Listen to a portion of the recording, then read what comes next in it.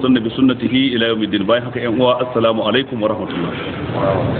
بركة مرسادوا أولا يمتين الجمعة بيو قوة رمضان أولا شكرا تدبو دا تاريخ دا 25 باي هجرة مزان سيرا أنه محمد صلى الله عليه وآله وسلم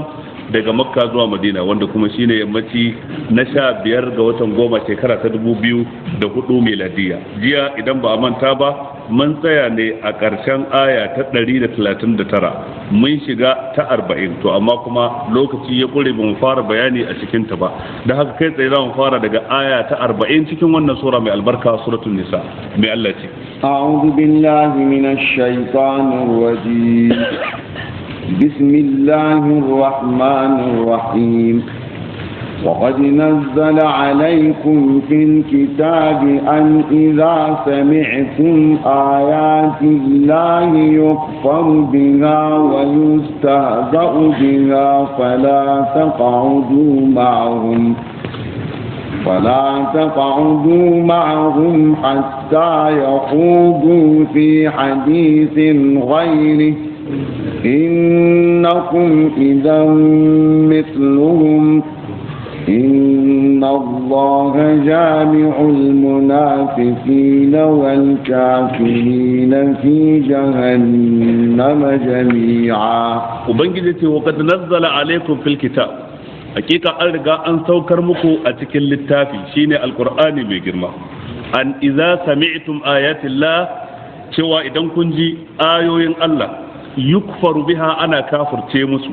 wa yustahza'u biha ko ana musu izgili. Abinda ake nufi da ayoyin Allah anan imma yayin karanta su wani ya rinka wargi ko ya rinka dariya baya bayar da girman da ya dace a baiwa ayoyin,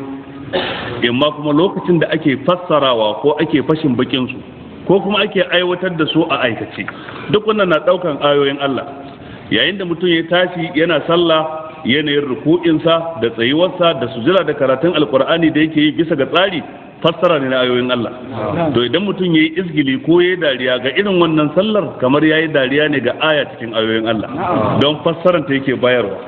Haka lokacin da mutum ke karantawa a matsayin jan bakin kamar lokacin da malam Sa'idu ya karanta ayar sai mutum yayi dariya ko yayi izgili to nan ma dariya ne ga ayoyin Allah. Haka lokacin da ake fassarawa da baki duk wannan na daukar ma'anar mai ayoyin Allah. wa kad nazzala alaikum fil kitab an riga an saukar muku cikin alqur'ani an idza sami'tum ayatillah idan kun ji ayoyin Allah yukfaru biha ana kafirce musu wa yustahza'u biha kuma ana musu izgili da dariya fala taq'udu ma'ahum masu yin hakan kada ku zauna tare da su hatta yaqudu fi hadithin ghairi har sai sun shiga cikin wani zancen daban ba wannan da suke yi ba. Amma matukar mutane suna izgili ga hukunci na addinin musulunci suna dariya ga wani hukunci da manzon Allah sallallahu alaihi wasallam ya zo da shi kuma kai ka zauna a wajen to kama kai tarayya da su cikin laifi. Zaman ka a wajen sai fa in zaka yi musu wa'azi sai fa in zaka hana su sai in zaka ja kunnan su kana tsammanin za su daina, amma in ka san baka da karfin halin da zaka yi musu magana ko kuma in ka wannan sallar kamar yayi dariya ne ga aya cikin ayoyin Allah don fassarar ta yake bayarwa. Haka lokacin da mutum ke karantawa a matsayin jan bakin kamar lokacin da malam Sa'idu ya karanta ayar sai mutum yayi dariya ko yayi izgili to nan ma dariya ne ga ayoyin Allah. Haka lokacin da ake fassarawa da baki duk wannan na daukar ma'anar mai ayoyin Allah. wa kad nazzala alaikum fil kitab an riga an saukar muku cikin alqur'ani an idza sami'tum ayatillah idan kun ji ayoyin Allah yukfaru biha ana kafirce musu wa yustahza'u biha kuma ana musu izgili da dariya fala taq'udu ma'ahum masu yin hakan kada ku zauna tare da su hatta yaqudu fi hadithin ghairi har sai sun shiga cikin wani zancen daban ba wannan da suke yi ba. Amma matukar mutane suna izgili ga hukunci na addinin musulunci suna dariya ga wani hukunci da manzon Allah sallallahu alaihi wasallam ya zo da shi kuma kai ka zauna a wajen to kama ka tarayya da su cikin laifi. Zaman ka a wajen sai fa in zaka yi musu wa'azi sai fa in zaka hana su sai in zaka ja kunnan su kana tsammanin za su daina, amma in ka san baka da karfin halin da zaka yi musu magana ko kuma in ka hana su ma ba za su hannu ba to mafi kyau sai ka tashi ka bar wajen. shine fala taqawdu ma hum hatta yakhudu fi hadithin ghairi innakum idan mithluhum innakum lallaku idan in har kun zauna tare da su din suna ci gaba da yin wannan laifin mithluhum kun zama irin su yadda za a ba su laifi haka za a ba ku laifi yadda za a kama su da uquba a nan duniya ko a lahira haka za a kama ku da uquba a nan duniya ko a lahira. Inna Allah jami'ul munafiqina, lalle ubangiji ta'ala zai tattara munafikai wal kafirina da kafirai fi jahannama jami'a a cikin wutar jahannama gaba ɗaya. Allah ya tsare mu. Wata ayar cikin suratul an'am cewa ta yi wa idza ra'aita allazina yakhuduna fi ayatina fa'arid anhum hatta yakhudu fi hadithin ghairi wa imma yunsiyannaka shaytan fala taq'ud ba'da adh-dhikra ma'al qawmi adh-dhalimin wa ma 'ala allazina yattaquna min hisabihim min shay' walakin dhikra la'allahum yattaqun. Kamar dai wannan take abin da waccan ta kara na bayani shine kila ka iya zaunawa kana mai mantuwa ka manta da cewa wannan majalisin wannan dandalin wannan wurin hiran wuri ne na sabo sai bayan ka zauna har an fara yi sai ka tuna to shine Allah ta wa in ma yunsiyannaka shaytan idan shaytan ya mantar da kai shi yasa ba a cewa na manta ko a ce Allah ya mantar da ni sai dai a ce shaytan ne ya mantar da ni ina fata an fahimta ayi gashi nan cikin suratul kafi wa ma ansanihu illa shaytanu an azkura fattakhadha sabilahu ila akhir al-aya ma'ana dan adam ko da yayi mantuwa ba zai ce ba Allah ya mantar da ni kuskure ne kuma dan adam ba zai ce ba na manta haka wuyi shiru sai dai yace an mantar da ni ko yace shaytan ya mantar da ni idan yace an mantar da ni ma'ana bai dingina mantuwar zuwa ga kowa ba to sai ta tafi zuwa ga wanda laifinsa ne cusawa dan adam mantuwa wato shedan kenan idan ko ce shedan ya mantar da ni kaga shikenan ya jingina abu dama zuwa ga mai shi amma ba zai ce na manta ko ya ce Allah ya mantar da ni ba yasa da dama na gudana a cikin harsunan mu kaza Allah ne ya mantar da ni ba haka ake cewa ba ko shakka babu Allah shi ke kaddara komai mai faruwa da wanda ya faru da wanda bai faru ba yaya zai faru duk Allah ke kaddara shi to amma ana jingina ayyuka na alkhairi zuwa ga ubangiji amma abin da ya shafi sharri ba a jingina masa ta'adduban ma'ahu subhanahu wa ta'ala wa in ma yunsiyannaka shaytan fala taq'ud ba'da dhikra ma alqawmi adh-dhalimin in ma shaytan ya matar da kai sai ka je ka zauna a wannan majalisin ko kika zauna a wurin tattaunawar da yake na sabon Allah ne to fala taq'ud ba'da dhikra ma alqawmi adh-dhalimin kada ka ci gaba da zama bayan ka tuna din tare da azzalimai to wannan duk zai shiga cikin zama irin wannan wanda aya ta hana wato wanda wannan aya ta nan da tukun suratul an'am suka hana mutum ya zauna a dukkan wurin sabo mutum ya zauna tare da masu shan barasa a mashaya ko a mes mutum ya zauna tare da masu karta mutum ya zauna tare da masu ludo mutum ya zauna tare da masu sunoka yana kallon su suna bubbugawa shi baya yi duk laifin su daya innakum iz misluhum ai an kamo waɗansu mutane lokacin Umar ibn Abdul Aziz sun yi laifin shan giya za a yi musu bulala sai ɗaya daga hannu ya ce wallahi ban mu'mini hasali ma azumin nafila ne a baki na yau sai ce ba ka zauna a wajen baya sai na zauna sai ya ce masu bulala ko fara da shi aka ce amirul mu'minin bai sha ba sai ce Allah ne bai ce innakum idan ai in har kun zauna a wajen kun yi tarayya ku da su ke ma'ana ba a san taron mutane wanda ba su da kirki ka kara musu yawa so ake ka karawa taron mutanen kirki yawa inna Allah jami'ul munafiqina wal kafirina fi jahannama jami'a sai aya ta gaba الذين يتربصون بكم فإن كان لكم فتح من الله قالوا ألم نكن معكم وإن كان للكافرين نصيب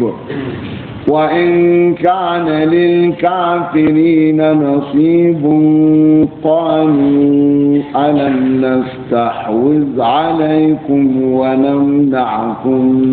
من المؤمنين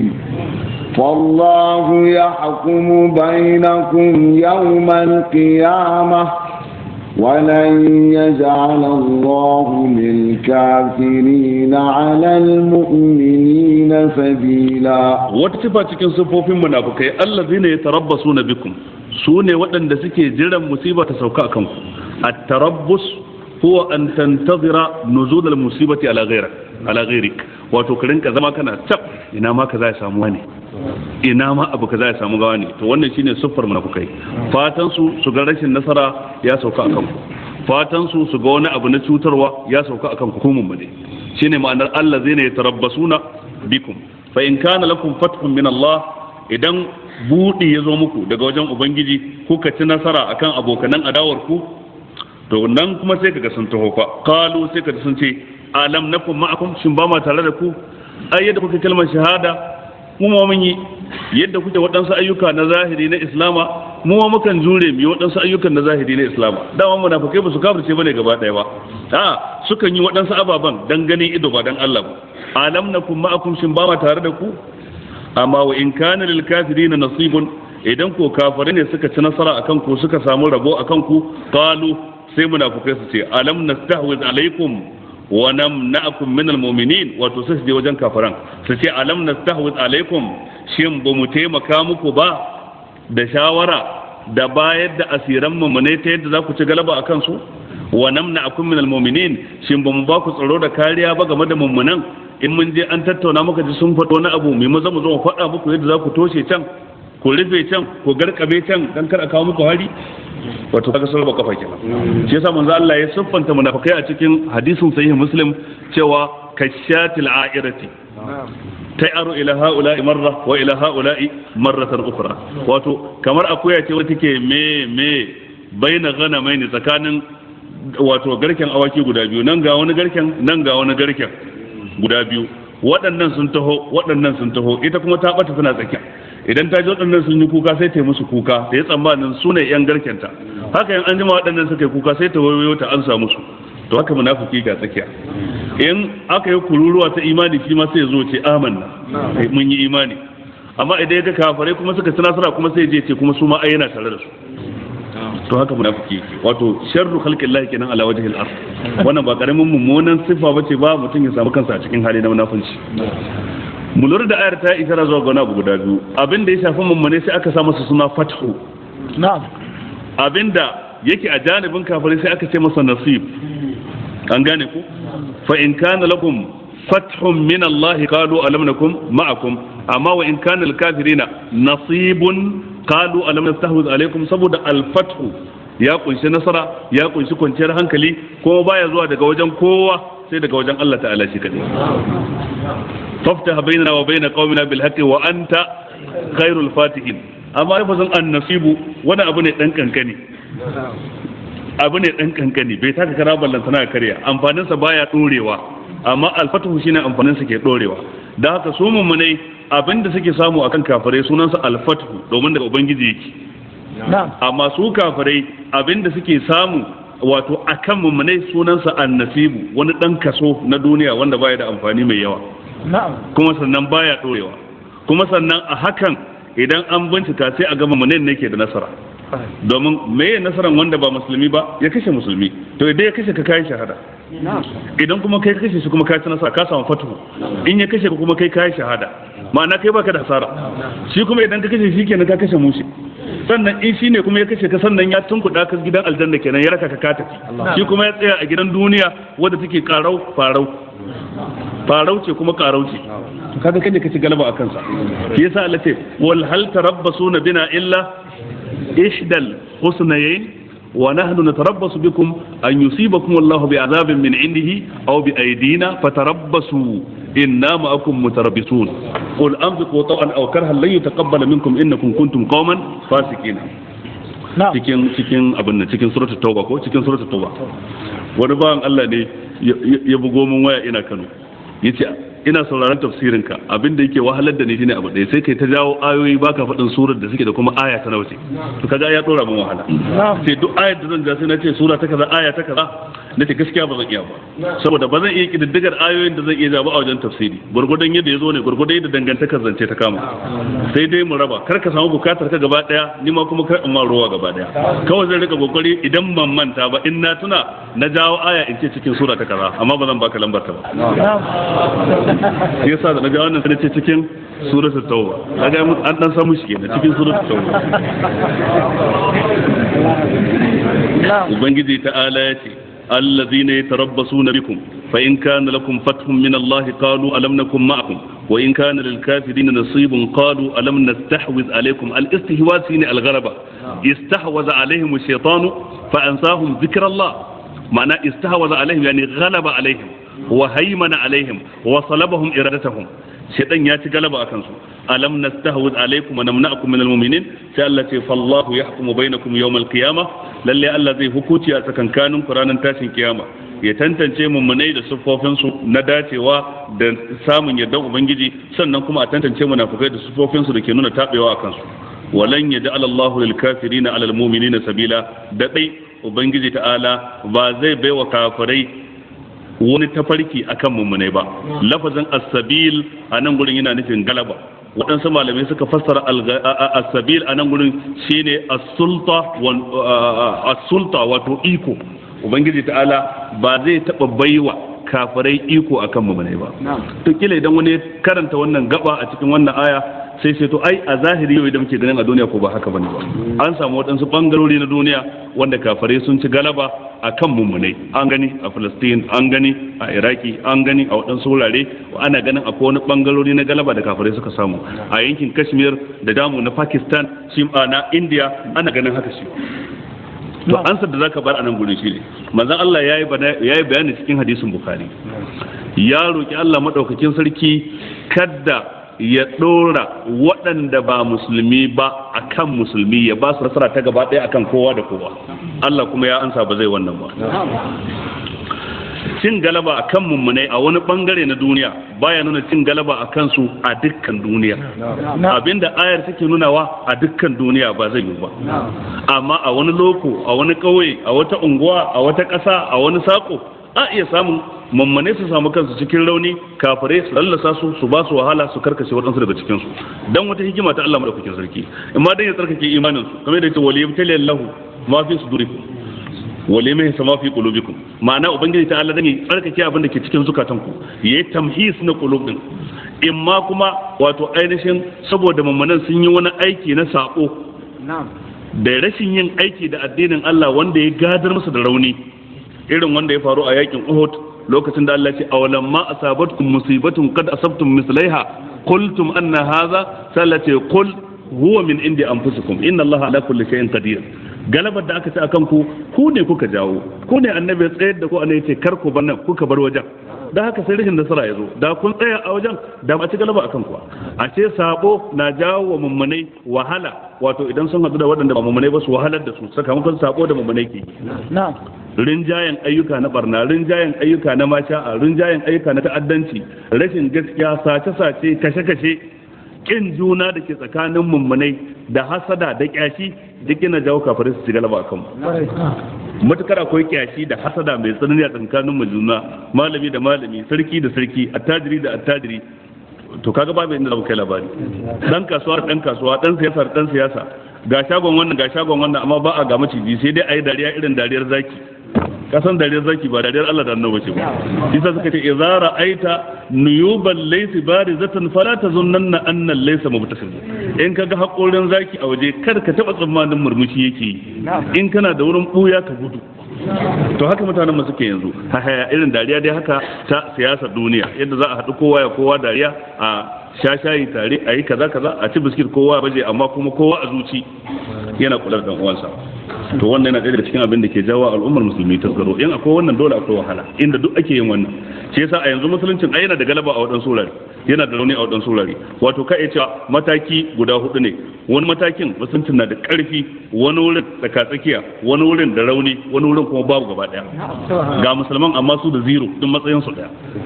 To wannan ya danganci irin koyarwar addinin musulunci ko rashin koyarwar, aiki da addinin musulunci ko rashin aiki da shi ke jawo wannan. Dan kar wani ya karanta wannan ayar ce to ai ga aya ta ce kaza kuma gashi abin da muke gani a yau da gobe ya saba wa ayar.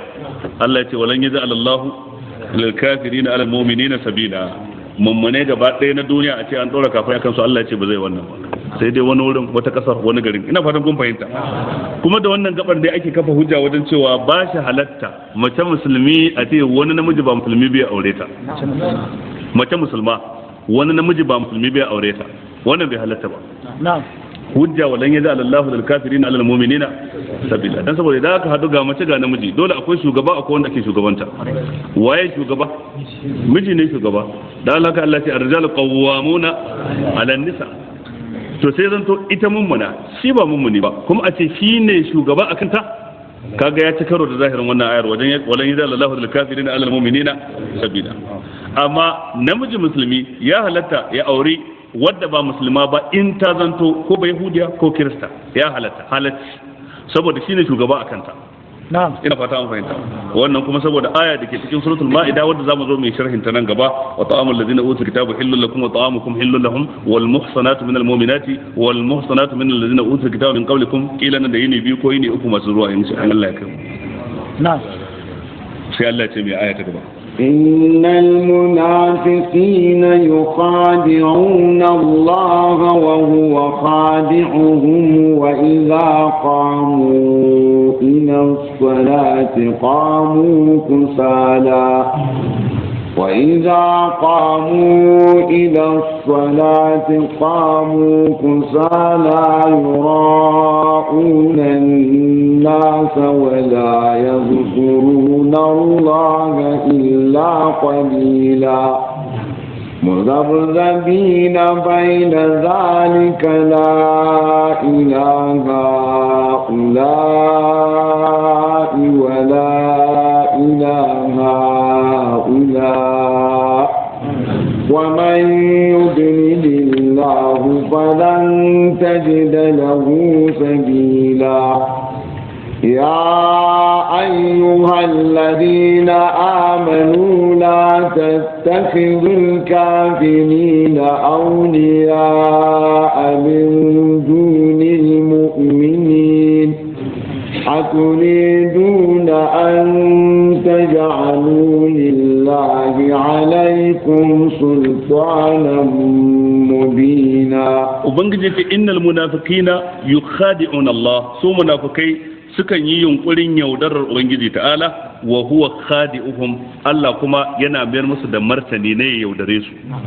abinda ake nufi da yaudara ka faɗa a mutum abinda ba shi kake nufi ba wanda kake so ya ji sai ka faɗa masa wanda baya son ya ji sai ka ɓoye masa shi wannan shine yaudara to su munafikai sukan yi mu'amalanci ubangiji ta irin wannan hanya abinda ubangiji ta'ala ke so daga wajen bawa shine imani abinda Allah baya so shine kafirci da haka yace wala yarda li ibadihi al-kufr baya yarjewa bayi bai yadda bayi su kafirci ba to su munafikai sai suka ce to bari mu bayyana imanin da baka tunda shi yake so ya ji idan yaso sai a boye wato kafircin a zuci kaga sun bayyana abin da yake so sun boye wanda baya so kaga mukhada'a ce wannan inda ne suka yi wa ko suka yi maka ko suka yi masa wato sun yaudare mu kenan amma ubangiji ta'ala ya san abin da ke cikin zukata alimun bi zati sudur wa in tajhar bil qawli fa innahu ya'lamu sirra wa akhfa sawa'un minkum man asarra al qawla wa man jahara bihi wa man huwa mustakhfin bil layli wa saribun bin nahar ba abin da yake koyuwa gare shi subhanahu wa ta'ala ta yaya zaka koyi wani abu a zuci ka bayyana kishi sa da baka ka dauka wani gane ba to amma sai Allah ya kawo labarin a yadda ita ce aqida su yukhadi'una Allah munafikai suna yaudaran ubangiji ma'ana ya faɗi abin da shi suke nufi ba wai abin da shi a wurin sa haka din bane dan baya yaudaruwa ina fata an fahimta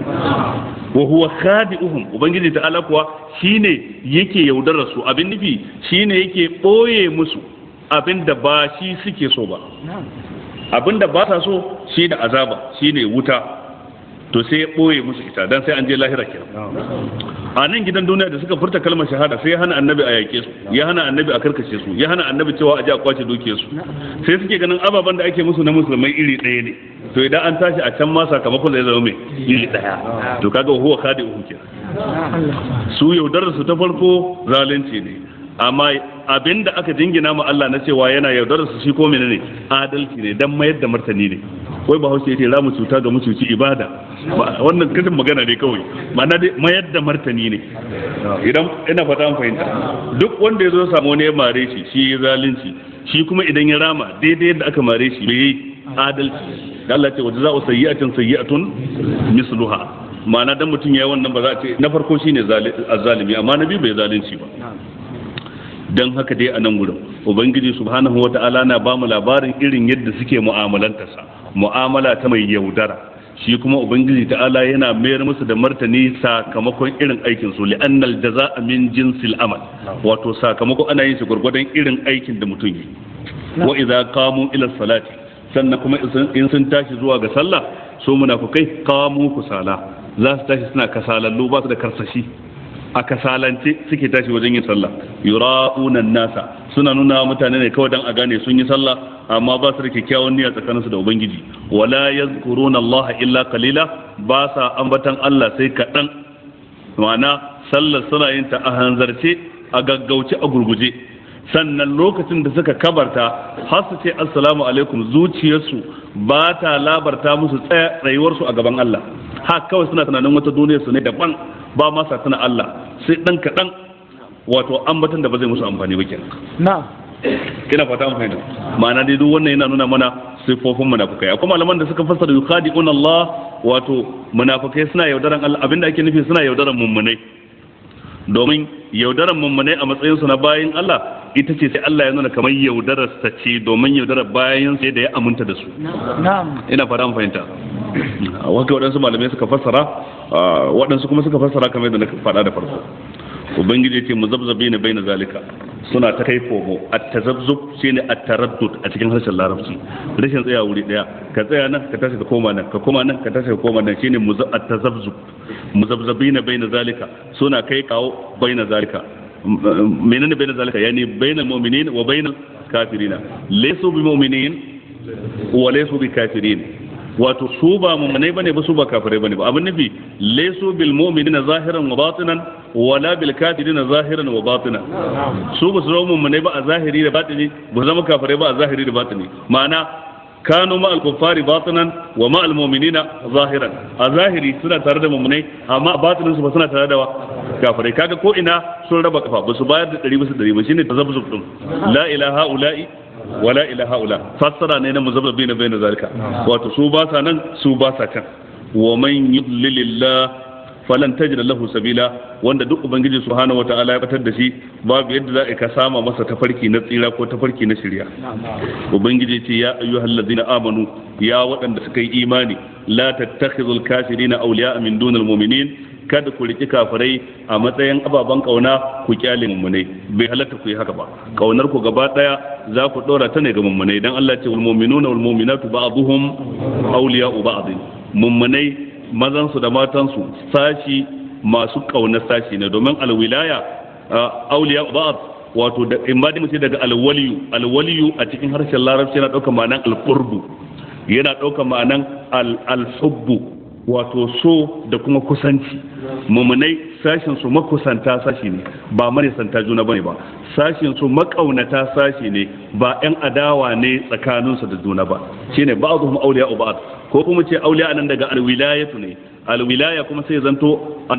an-nusra kenan taimako wato mumunai sashin suna taimakawa sashi wato baya tabar da sashi kowa na taimakon dan uwansa ba wanda yake tabar da dan uwansa ba wanda yake kin dan uwansa wannan shine hakikanin yadda ya kamata mummune su zama mazan su da matan su a kowane gari a kowane lokaci a fahimta ko amma a ce mummune su so kafirai mutum ya so kafirai ya kyale yan uwansa mummune kaga tunda mun ce ma'anar alwaliyu din ko dai daga alwaliyu ne wanda shine alhubbu ko alqurbu ko mu ce daga alwilaya wanda shine an-nusra to kaga idan ka kusanci wanda ba musulmi ba ka kaunaci wanda ba musulmi ba ka taimakawa wanda ba musulmi ba ka kin waɗannan ababen guda uku ga dan uwanka musulmi to shine abin da ayar take cewa karka na'am ina fatan kun fahimta la tattakhizul kafirina awliya min dunil mu'minin abin nufi kar ku rike su a matsayin waɗanda za ku taimakawa kar ku dauke su a matsayin waɗanda kuke neman kusancin su kar ku dauke su a matsayin waɗanda kuke kaunar su ta zuci min dunil mu'minin ba mummune ba mummune ne kadai za ku taimakawa za ku nemi kusancin su kuma za ku kaunace su a zuci na'am dan su kafirai din haka suke tsakanin su da juna wallazina kafa ba'dhum haka allati sashin su masoya sashi ne mataimaka sashi ne an gane ku illa taf'aluhu takum fitnatun fil ardi wa fasadun kabir in har ku ba ku aikata haka din ba to za a samu fitina gagaruma a ban kasa da fasadi babba ma'ana in ku ba ku so junan ku ba su suna son juna ku kuna kin juna su suna taimakawa juna ku ba ku taimakawa juna su suna kusantar juna ku ba ku kusantar juna to kaskanci ya zo kenan ta kun fitina tun fil ardi za a samu babbar fitina shine rauni na al'ummar musulmi ga addinin da yawan mabiya kuma shine addinin da yafi kowanne yawan hauhawa da a shiga cikin sa sama da kowanne addini ana shiga cikinsa kafin mai tallata shi ya tallata shi sauran addinai a tallata su a yi amfani da dukkan kafar yada labarai da dukkan wata kafa ta isar da sako amma su ƙi karɓuwa amma musulunci kuma ana ta karɓar shi a inda aka fi ko ina adawa da shi a turai da amurka ba nan ne aka fi ko ina adawa da musulunci ba to a nan ne kuma aka fi ko ina shiga sayan to ya kamata masu wannan addinin kinan su taimaka wa juna su so juna su kaunaci juna idan har ba su yi haka bayan zanto kaunarsu da taimakonsu ga kafirai za su baiwa, to za a samu fitina a ban kasa. Domin ka'ida ce ta rayuwa da ta gudana a tarihi, shaidu na tarihi suke gaskata ta. Babu yanda za a yi a je wani wuri kaga kafirai sun ci nasara kan mummunai sai da taimakon mummunai. A duk inda kaga kafirai sun lallasa musulmai, to akwai mummunin da ya je taimakawa kafiran, ko da shawara ko da kuɗi ko da bayar da asiri, rahotanni na leƙen asiri. Duk shirye-shiryen da Amerika ta yi kafin ta shiga Afghanistan, gaba ɗaya ta yi amfani da intelligence na Pakistan wajen su ba ta asiran 'yan Taliban. Tunda 'yan Taliban sun yi gwamnatin da ba su da kawa a duniya sai guda 3 na manta, wanda a nan ne kawai suke, Qatar nan ne kaɗai suke da ofishin jakadanci. Amma waɗanda ma suka yadda da suke taimakon su ne Pakistan, saboda ƙasa ɗaya ne, al'umma ɗaya ne, ƙabilu sun cakuɗe da juna. Don haka sai da Amerika ta samu dukkan bayanai na leƙen asiri daga wajen intelligence na Pakistan har kafin ta iya kare abin nan Taliban Afghanistan. Kuma duk da haka sai da ta yi kawance, sojojin kawance daga nan daga can, sojojin haɗaka. To haka yanzu abin da ke faruwa a Iraq kenan. Ha kuma abin da ke faruwa a Palestine wajen Yahudawa kenan. Duk waɗannan hoto da kuke gani, su wani Sa'ib Uraiqat, su wani Yasir Arafat da suka yi shekaru 20-30 suna ɓata kansu lokaci, duk ba gaske bane ba. Wasan kwaikwayo kawai ake muku a talabijin. Amma ba ruwansu da wani musulunci ko musulunci. Yadda bai shi a wurin Yasir Arafat, dan Falastin ne, sawa'un yana kiristanci ko yana musulunci, darajar su daya, kimar jinin su daya. Hasali ma shi bai yadda ma ka ce dole ta musulunci za a warware wannan matsala ba, matsala ce kawai ta siyasa. To kaga duk wannan shine abin da ke nuna maka hoton wannan. Idan ka kalli yaƙoƙi da aka yi lokacin manzon Allah sallallahu alaihi wasallam da lokacin su Umar dan Khattab da dukkan wani abu da ya wuce baya tarihi da bai faru a yau, don haka ne. Wato in waɗanda ba musulmi ba su samu taimakon musulmi ba za su iya yakar musulmi ba. To shi yasa Allah ke jan hankalin mu, la tattakhidul kafirina awliya'a min dunil mu'minin. Allah ce aturiduna an taj'alu lillahi alaykum sultanan mubina. Shin kuna so ku sanya wa Allah sultanan mubina, hujja mabayyaniya alaikum akan ku, ya kama ku da hujja mabayyaniya? Haka kuke so? Ma'ana idan kun so kafare, kun baiwa Allah hujja mabayyaniya akan ku, dai kama ku da azaba. Dan tunda kuka so su kun zama su kenan, kamar da aya ta faɗa cikin suratul Ali Imran, la yattakhidhul mu'minuna al-kafirina awliya min dunil mu'minin wa man yaf'al dhalik falaysa min Allah fi shay'in illa an tattaqu minhum tuqah wa yuhadhdhirukum Allah nafsahu wa ila Allah al-masir. في آية كمان إن المنافقين في الدرك الأسفل من النار ولن تجد لهم نصيرا إلا الذين تابوا وأصلحوا واعتصموا بالله وأخلصوا دينهم لله فأولئك مع المؤمنين وسوف يؤتي الله المؤمنين أجرا عظيما ما يفعل الله بعذابكم إن شكرتم وآمنتم وكان الله شاكرا عليما. إن المنافقين في الدرك الأسفل من النار. للي منافقي suna cikin zubin ƙarshen ƙasa minan nari na wuta. Addark daidai yake da addaraja, addarajatu sufla minan nar, wato daraja ta ƙarshen ƙasa a cikin wuta, nan ne mazaunar munafikai. Allah ya tsare mu. Walan tajida lahum nasira, ba za ka taba sama musu mataimaki da zai kubutar da su daga wannan azaba ta ubangiji ba. Illal ladina tabu, sai fa waɗanda suka tuba, wa aslahu, kuma suka gyara aikin su, wa atasamu billah, suka nemi karfafuwa da ubangiji ba karfafuwa da wani mutum cikin mutanen duniya ba.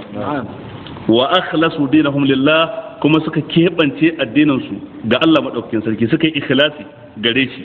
Fa ulaka mal mu'minin, to irin waɗannan fa suna tare da mu'minai. Wa sawfa yu'ti Allahu al-mu'minina ajran azima, da sanukuwa ubangiji zai bayar mu'minai lada wanda yake mai girma. Lafazin annifaq kamar yadda ya sha bayyana a cikin waɗansu karatutuka a baya, cewa kalma ce mai ma'ana biyu. Akwai annifaqul akbar, akwai annifaq al-asghar. Idan aka ce annifaq akbar, babban munafunci, wanda shine waɗannan ayoyi suke sharhin su, wato a zuci mutum ya boye kafirci amma yana bayyana imani da harshe, to wannan shine babban munafunci, kuma shine ake kiransa annifaqul i'tiqadi, wato munafunci a aqida, munafunci a aqidance, an gane ko munafincin zuci. To kashi na biyu shine annifaqul asghar, wato karamin munafunci, karamin munafunci shine wanda zuciyar mutum mummuni ne shi, ya yarda da Allah, ya yarda da manzon Allah, ya yi imani da duk abin da ya wajaba imani da shi, to sai dai yakan yi waɗansu ayyuka na zahiri wanda ayyuka ne irin na munafukai. To wannan shine ake kira annifaqul asghar, karamin munafunci, ko kuma a kira shi da suna annifaqul amali, wato munafuncin aiki, wato ba munafuncin aqida ba kenan. Shi wancan na farko shine babba, mai shi ba musulmi bane ba, ko da yayi da awar imani. Duk ayoyin da suke magana akan kafirta munafikai suna magana akan irin wancan. Idza ja'akal munafiquna qalu nashhadu innaka la rasulullah wallahu ya'lamu innaka la rasuluhu wallahu yashhadu innal munafiqina lakadhibun. Da'awa suka yi innaka la rasulullah, Allah ta kariya suke. Suka ce amanna billahi wa bil yawmil akhir, Allah ce wa ma hum bimu'minin, ba mu'minan bane ba. To irin wannan ayoyi suke magana akan su. Amma kamar hadisi da yazo yake cewa ayatul munafiqi salas, ayar munafiki guda uku ce. Idza haddasa kaza, idan yi magana a ya yi ƙarya, wa idza wa'ada akhlaf, idan ya alƙawli a ga ya saba, wa idza atumina khana, idan aka bashi amana aka ga ya ci amana. Allah manzo Allah ce alamar munafiki ce wannan. To wannan munafunci karami kenan. Abinda ake nufi da munafunci karami, girman sa bai kai wancan munafunci babba ba, kuma hukuncin su ba ɗaya bane. Dan wanda yake babban munafunci ba musulmi bane, ko da ya da'awar musulunci. Amma wanda yake munafunci karami, wato waɗansu ayyuka irin na munafukai, ayyuka na sabo, to wannan musulmi ne shi. Bambance su shine dan ka tabbatar wa kowa hukuncinsa. Dan kar mutum ya karanto innal munafiqina fi darkil asfali minan nar wa lan tajid lahum nasira, ya hada ta da hadisin ayatul munafiqi salasun idza haddasa kadhab wa idza wa'ada akhlaf wa idza atumina khan. Ka gani haka, to lalle ya hada ababan da suke araba suke. Wanda wannan yana daga cikin babban kuskure cikin ilimi, hada rarrababbun al'amura ko raba al'amuran da suke a haɗe. A nan gurin ake samun kuskure cikin ilimi.